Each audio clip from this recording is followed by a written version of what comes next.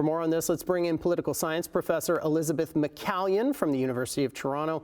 Elizabeth, we just showed our viewers some of the people who could replace Trudeau.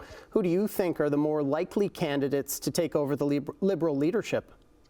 Yeah, I think the most likely candidate's kind of difficult to identify at this stage because we're still waiting for people to come out and declare their candidacy.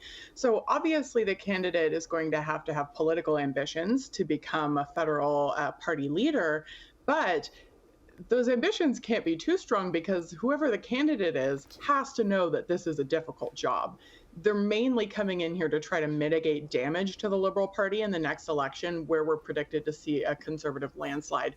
But some of the people we've seen the most buzz around have been people like Chrystia Freeland, Christy Clark, Mark Carney, Anita Anand, people who are pretty well known by the public already. So many of these names are top people in the current Trudeau administration, or they have been. Is it a good idea for the Liberals to choose someone with the baggage that comes with being part of Trudeau's government? Yeah, it's a difficult choice because these are people who have spent a lot of time building credibility in government. Because Trudeau has been in power for the past almost 10 years, most of those people building credibility in government have done so under Trudeau.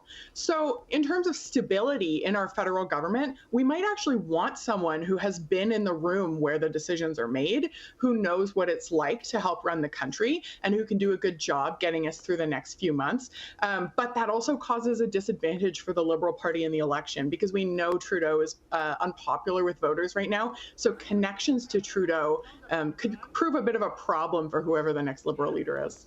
Yeah, well, the polls sure aren't showing many Canadians very supportive of Trudeau. Is there an argument to be made for choosing someone less known, like Frank Baylis or Jonathan Wilkinson?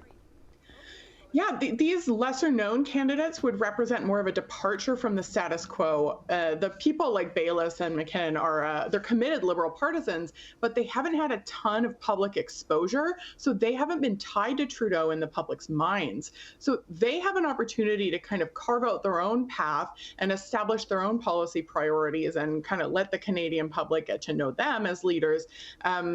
And it might be a good idea for the Liberal Party to shift towards someone not connected with Trudeau because of those polling issues he's having recently. So asking you to use your magic crystal ball, of course we're speculating here, but who do you think would have the best chance running against Pierre Poilievre? I mean, it seems like people who are not connected with Trudeau might pose a bit of a problem to the Conservative strategy because for the last at least months, if not years, the Conservative messaging, and especially Poilievre's messaging, has been that Trudeau is the problem. And it has been extremely focused on him as an individual.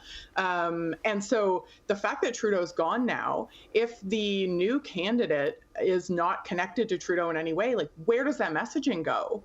So that would pose a bit of a problem for Poilievre. So there are people in the Trudeau administration or Trudeau cabinet who have a lot of experience dealing with people like Poilievre, but they are going to have a hard time pinning people down if the leader is not a member of the Trudeau cabinet.